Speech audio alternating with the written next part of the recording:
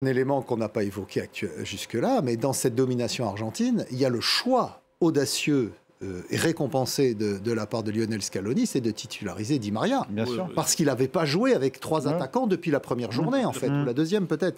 Mais là, il prend... Et qui est décisif. Absolument. Qui fait un très bon début de match, qui est positionné complètement à gauche, ce qui effectivement écarte un peu l'équipe de France, qui pose des alors qu'on l'attendait à droite. Alors qu'on l'attendait de l'autre côté. Est-ce que cette équipe de France, elle est surprise du positionnement de Di Maria au coup d'envoi? C'est possible. Probablement, puisqu'on voit effectivement que Ousmane Dembélé fait un début de match catastrophique. D'ailleurs, il est assez vite remplacé par les fautifs sur le pénalty. Dembélé, Giroud, très vite remplacé. C'est lui qui fait la faute. Alors, c'est pas une grosse faute, mais il y a faute sur le pénalty de Lionel Messi à la 23e minute. Donc il y a je pense que ce coup tactique a été parfaitement préparé et réussi par Scaloni. Et il est récompensé parce qu'il fait un choix offensif. Faut pas oublier que hier encore, on nous disait il va jouer avec 3 défenseurs centraux pour contrer Mbappé, etc., etc. Non, il fait un choix offensif. Il met Di Maria sur lequel on avait des doutes et il est récompensé. Donc là, on peut qu'applaudir. Il y en avait un qui avait des doutes avant cette finale. C'est moi. Oui. Dommage qu'on n'ait pas le replay. Mais oui, mais alors je voyais plutôt un Di Maria à droite, mais sans doute peut-être comme Didier Deschamps.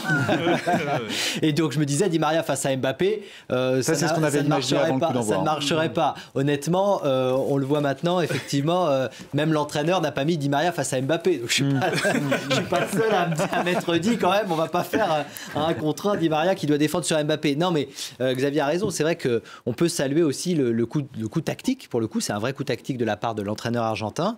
Et il faut le dire aussi très clairement, Didier Deschamps, il s'est trompé dans sa compo départ. Tout simplement. Alors après, la composition, elle était attendue. C'était, voilà, on pensait qu'on était sûr de la force, mais laisser le ballon aux Argentins en pensant qu'il n'allait rien en faire, je pense que ça, c'est une erreur. Parce qu'à un moment donné, les Argentins, effectivement, ils se sont dit, nous, on va prendre le jeu à notre compte, on a les qualités techniques, on est sûr de notre force.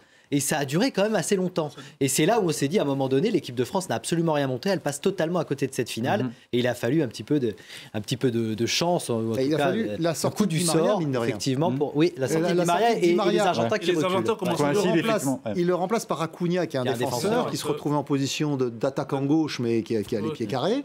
Et surtout, qui n'a effectivement pas le sens du jeu de Di Maria. Et du coup, à partir de ce moment-là, l'Argentine perd effectivement le contrôle des opérations, combiné avec la réaction française et au coaching de Deschamps. Parce qu'il fait un coaching. Là, pas trop fois, il ose. Colomani et change de match. Et puis Thuram. Enfin, il fait 4 changements avant l'heure de jeu, pratiquement. Il en fait 2 en première mi-temps et 2 très vite dans la deuxième période.